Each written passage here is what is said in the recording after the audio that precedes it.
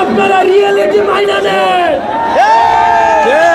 আপনাদের আম্মু আর দেশে ফিরবে না। সিন্ডিকেট এক হাত থেকে আরেক হাতে গিয়েছে, তাহলে আপনার কাজটা কি? যেখানে এই সিন্ডিকেটের হাত ভেঙে দিতে হবে। আমাদের এই জুলাই গণ অভ্যুত্থানের পরে এই অভ্যুত্থানকে অনেকে মেনে নিতে পারে না। সেজন্য সচিবালয়ে, পুলিশে, বিচার বিভাগে বিভিন্ন সময় আমাদের বিরুদ্ধে ষড়যন্ত্র চলে। আপনাদেরকে বলতে চাই, সতীদাহ প্রথা, এখন আমরা দেখছি নদীদাহ প্রথা।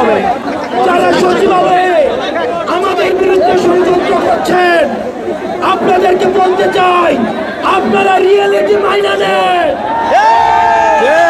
আপনাদের আম্মু আর দেশে ফিরবে না। আমরা যাকে সীমান্তের উপরে পাঠিয়েছি, এই খুনি হাসিনা দেশে পুনর্বাসন হবে না। প্রিয় দেশবাসী, আপনারা জানেন গত 16 বছর এই ফ্যাসিবাদী সরকার খুনি হাসিনা প্রত্যেকটি রাজনৈতিক দলকে, ফ্যাসিবাদী শক্তিকে নির্যাতন এবং নিপীড়নের মধ্য দিয়ে তাদের থেকে ভোটাধিকার কেড়ে নিয়েছে। বিএনপি, জামাত সহ ফ্যাসিবাদ বিরোধী যতগুলো শক্তি রয়েছে, আলেম ওলামা রয়েছে, অনলাইন অ্যাক্টিভিস্ট রয়েছে, তাদের বাক স্বাধীনতাকে হরণ করেছে। আমরা যারা জুলাই গণ অভ্যুত্থানে আমরা নেতৃত্ব দিয়েছি, আমাদের ডাকে সারা বাংলাদেশে মানুষ রাস্তায় নেমে এসেছে এবং আমরা এই হাসিনাকে পালিয়ে যেতে বাধ্য করেছি।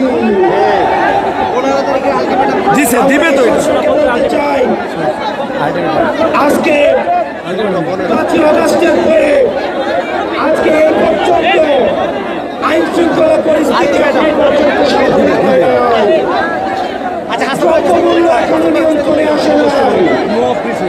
আপনি যদি মনে করেন, বারবার বলতে থাকেন সিন্ডিকেট এক হাত থেকে আরেক হাতে গিয়েছে, তাহলে আপনার কাজটা কি? যেখানে এই সিন্ডিকেটের হাত ভেঙে দিতে হবে। দ্রব্যমূল্যকে মানুষের নিয়ন্ত্রণে আনতে হবে, আইন শৃঙ্খলা পরিস্থিতিকে স্বাভাবিক করতে হবে। কোন বিপ্লবীর গায়ে যদি আক্রমণ করা হয়, এই সরকারকে তার দায়ভার নিতে হবে। ঠিক।